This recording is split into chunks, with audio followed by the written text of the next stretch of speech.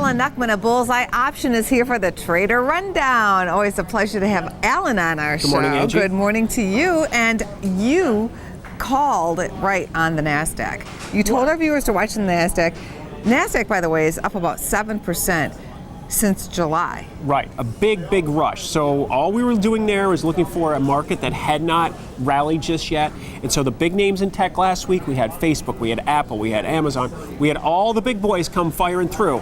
They did. It was really quite unbelievable because there were so many naysayers out there. Wall Street and all was it was so negative. It was just risk reward. Now we're in the midst of earnings season. We got a lot of that behind us. Let's see if we can continue. But technically, it still looks like there's a lot more upside in this stock market, and that was one of the pockets that hadn't participated. Do you think the lesson here, though, is to just sometimes you have to push out the noise and the negativity and think, do I like Amazon?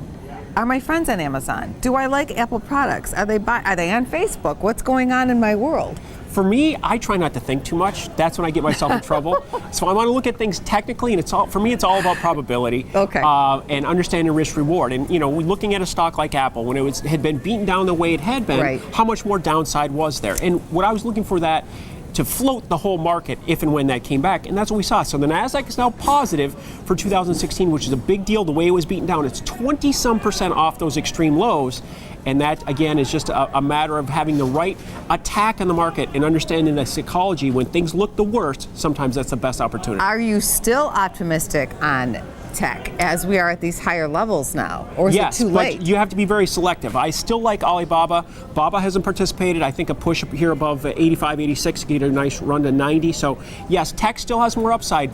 Just remember that it's moved up half of what the other stock indexes have. Okay. I'm still optimistic. I still think the stock market has a lot more upside, but the question is, how do we get there?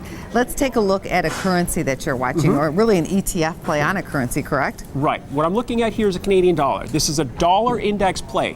That's the big story. The dollar here had just recently got us the highest level since March. Now it's turned over. It doesn't look like we're going to raise rates anytime soon, so that dollar strength could dissipate. Now, if that happens, who's going to benefit from that? Oil, commodities, Canada. So that's the play on it. So I think what's interesting is the oil market has sold off, and it's now around the $40 level, okay? Mm-hmm. How much more downside is there from risk reward? I'd rather be a buyer than a seller, and this is a backdoor play to look for oil to stop going down, not necessarily rally, but stop going down at least and stabilize the market. So it's a Loonie play. It is a Loonie play. Looking at the FXC, it's been trading between 75 and 80 since March. So a breakout above 80 targets 85. A lot of upside potential. We're right around 75.50 right now. So I'm looking for that to participate here as the dollar continues to drift lower or at least not go up. We'll see if you get this one right, Alan. Thank you. Thank you.